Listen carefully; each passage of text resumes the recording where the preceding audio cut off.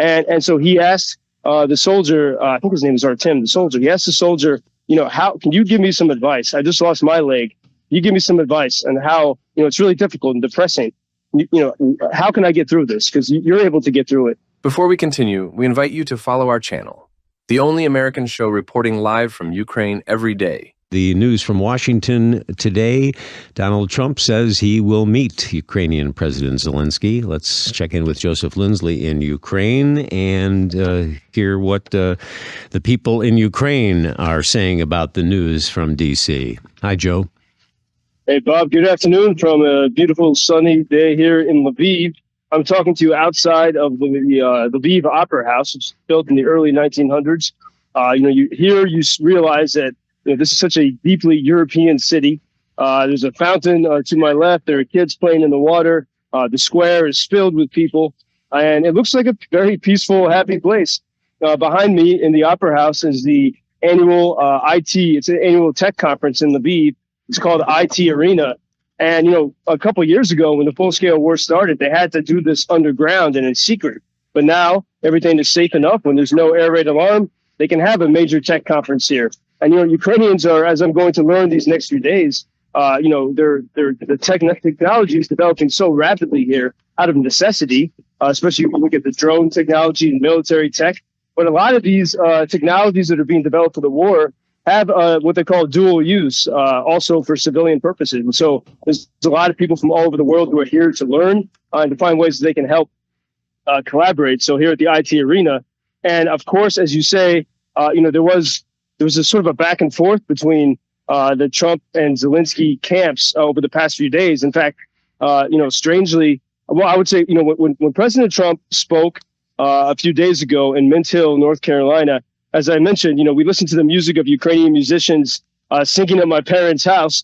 Well, just 5 miles away, Trump was at a rally, and he usually, even when he criticizes Ukraine, he's usually been very respectful of President Zelensky. But in that rally a few days ago in Charlotte, he was not respectful of President Zelensky and acted like Zelensky's some kind of like a huckster. And then strangely, President Trump published on his social media platform, Truth Social, he published a private correspondence from President Zelensky to Trump. That's really unusual among world leaders. But the good thing of it, I think, for Ukraine is that you can see that President Zelensky made a very reasonable and kind pitch to Trump. And it seems that has worked, that they will meet. In this context, we have to say, one of the things that Trump said in that rally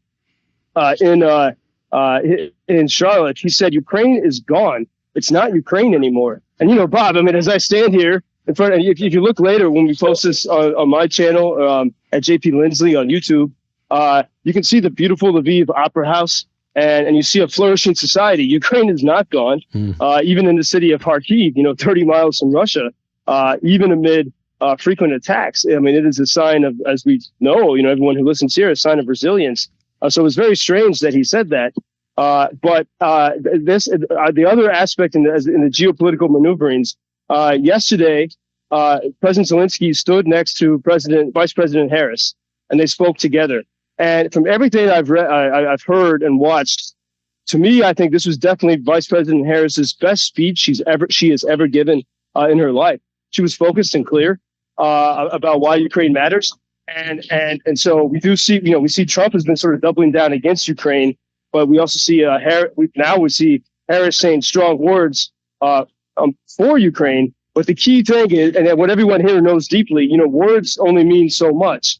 And so I think it really it is up to the press corps in Washington. I haven't seen this from them yet to really ask Vice President Harris, will you carry on Joe Biden's policy, which is sort of, perceived here as, support, but never too quickly and never too decisively, or will you change something? Will you go the opposite approach of President Trump, and will you become even stronger than President Biden? Because she certainly sounded like that in her words. But the question is, the key thing, will a Harris administration allow Ukraine, give Ukraine permission, and even give other countries permission to allow Ukraine to hit targets deep within on Russian soil? Questions still to be answered in this election season.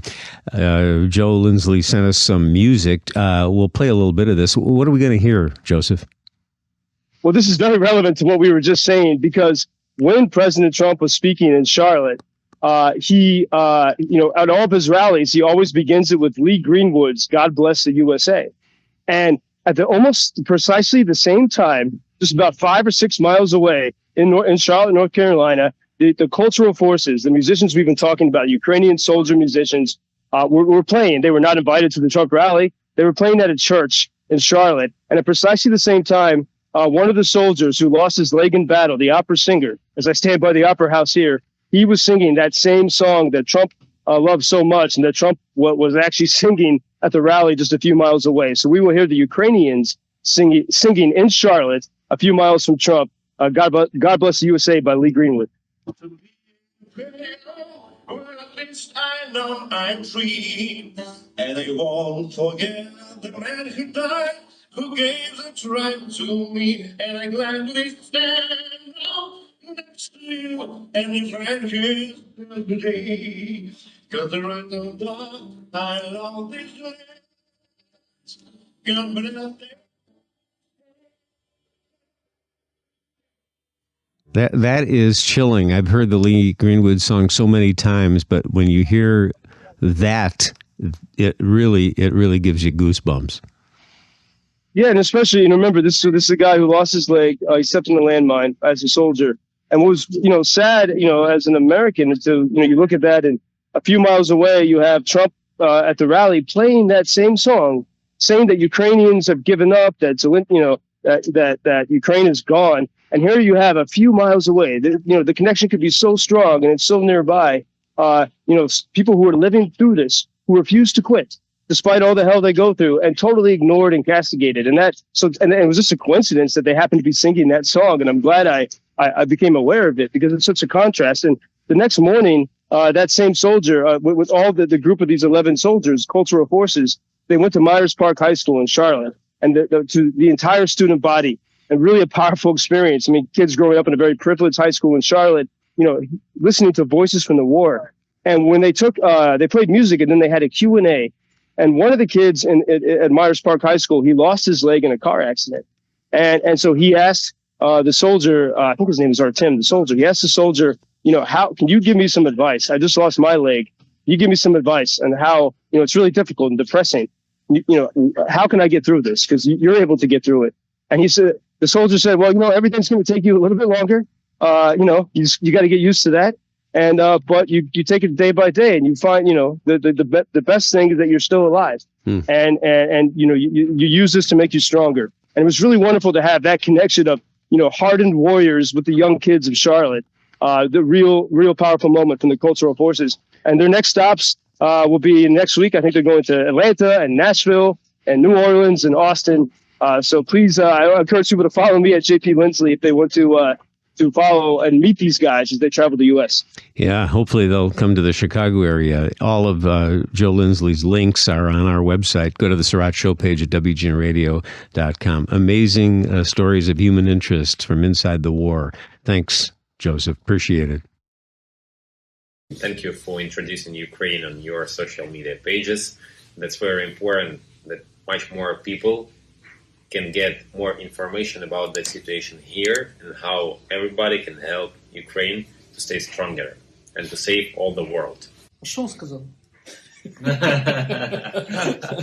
Well, which side are you on? На чьей ты стороне? Come on now. Oh, which side are you on? На чьей ты стороне?